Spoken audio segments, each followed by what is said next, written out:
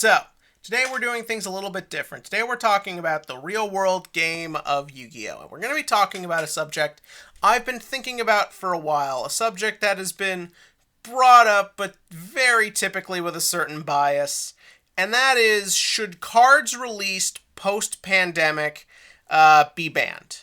And I'm sure many of you are going to your keyboards with your immediate belief on the subject, but I'd like for you all to wait a few minutes and hear me out.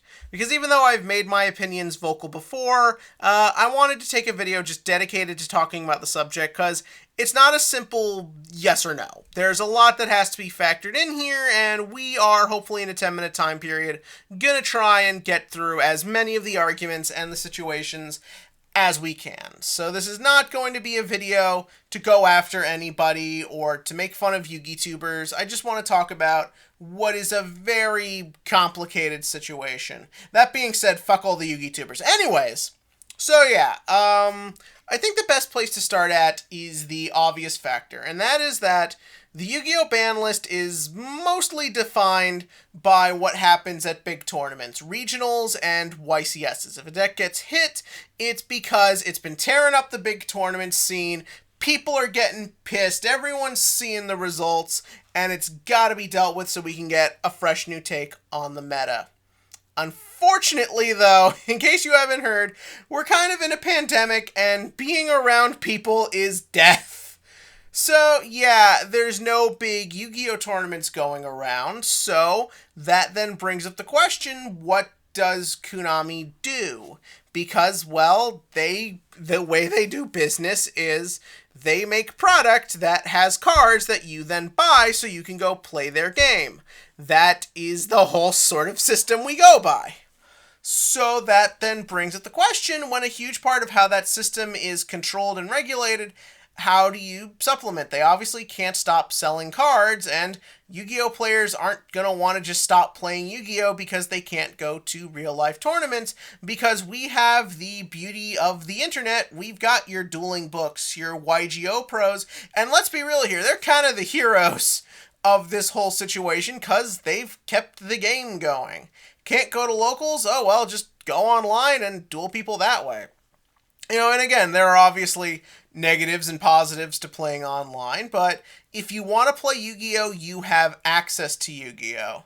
That also means that you have to deal with all the new things coming out, because Konami obviously isn't going to start producing product or making new cards, because, you know, they gotta make them shekels. So that means that we have to deal with the new big cards, and, well, that means stuff like Linkross, Halifibrix, Eldritch stuff, Adamancipator stuff. All these new things that have been coming out, they're still functioning, rather there's a pandemic or not. So then the question came down to, well, isn't Konami going to do something about it? And we saw on the first little ban list they did not. They just unbanned a few fan-favorite things and left it at that. And then on the next ban list, they hit things that had existed prior to the pandemic. Stuff that, like your Block Dragons, your Jet Synchron, stuff that usually just got used in bullshit combos that no one liked anyways. Then we got this newest ban list where they hit a card released post-pandemic, Linkross. That means that the card Linkross never at any point got to be used in a major official tournament except some online duels. That's right, if you bought Linkross when the set came out because you figured, get them now so you're ready when the pandemic is over, if you paid that money went to nothing. Like, you bought a really expensive bookmark. That's what that amounts to. And that's kind of what I think the big question is. Is it fair to expect people to buy your product so you can keep afloat, only for that product to then have to get banned because of something that happens on a third-party source a lot? That's really the question. And so first up, I should probably say what I think. And personally, I don't think we should be banning stuff that came out post-pandemic. I don't think it's fair to the people who bought those cards or wanted to play those decks that it just sat there and did nothing. If you're only going to play online, then, well, Maybe the online servers should do something about it. Why not? I remember right before that ban list where Block Dragon got hit, I think it was Gem or somebody did a tournament where they had a specific ban list for it. And it led to a really interesting meta, and I thought, why not do that? Why not Pro Play Tour have their weekly tournaments have its own exclusive ban list? Why not make it that sites can have their own formats? Whenever tournament circuits like ARG did it back in the day had their own ban list, what always kind of made it hard was that it was hard for you to get practice in because you either had to just play with your close personal friends, but you couldn't then get practice against other people because if they're not going to that tournament, they're not going to build a special deck for it. But here, you don't, everyone's playing it because it's that website. So therefore, just do that. So, that what I was think was there. However, the counter argument I think does have validity. So the counter argument is that stuff should be banned because, well, it's still Konami's game, and these third-party servers are just another way that game gets out to people, the way that game gets accessed. And so therefore, shouldn't Konami take responsibility?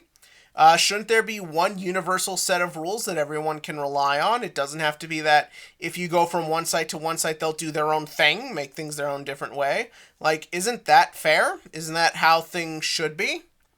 And I think it is a fair argument. The reality of the situation is we don't know how long we'll be like this. Some are saying things could start turning up in March. Some say it could be 5 to 10 years. But the thing is that the game will still go on, people will still play, and it's still Konami's responsibility to make that game function. But where it goes back to me is they still want you to buy the physical products so that way they can still make money. They're obviously not dropping everything for Duel Links tomorrow. So therefore, they're still going to print cards that if you buy it, there is a strong possibility you will never during the course of the pandemic get to use them. And this is not a situation like you buy a deck when it comes out in, I don't know, January, and then you don't go to a big event, you just go to locals, and then it gets banned 6 months later. That's on you. You had the options. You just didn't end up getting a chance to go. This is literally, you can't physically go out and play with someone or you could die. So, yeah, it's a very tough, complicated situation. And I just kind of wanted to pose it to everyone. What do you all think the right answer is? Do you think there is even a right answer? Do you think we should all just kind of keep making things up as we go? That is just my take. I'm telling you all right now, I haven't really bought anything since this whole thing started. I'm not super motivated to play. I just kind of have the occasional dueling book night where I go on and screw around with nonsense, but it's kind of hard to want to keep up with the meta when you only have the online option. For me, at least. If you love it, that's fine. So tell me that in the comment section below. What do you think about this whole situation? Do you think we should ban stuff? Do you think we should just keep unbanning stuff? Do you think we should treat things situation normal? Do you think exceptions should be made because of the circumstances? Tell me about all that below. And as always, click to like, click to subscribe, and if you want more Yu-Gi-Oh discussions like this, let me know.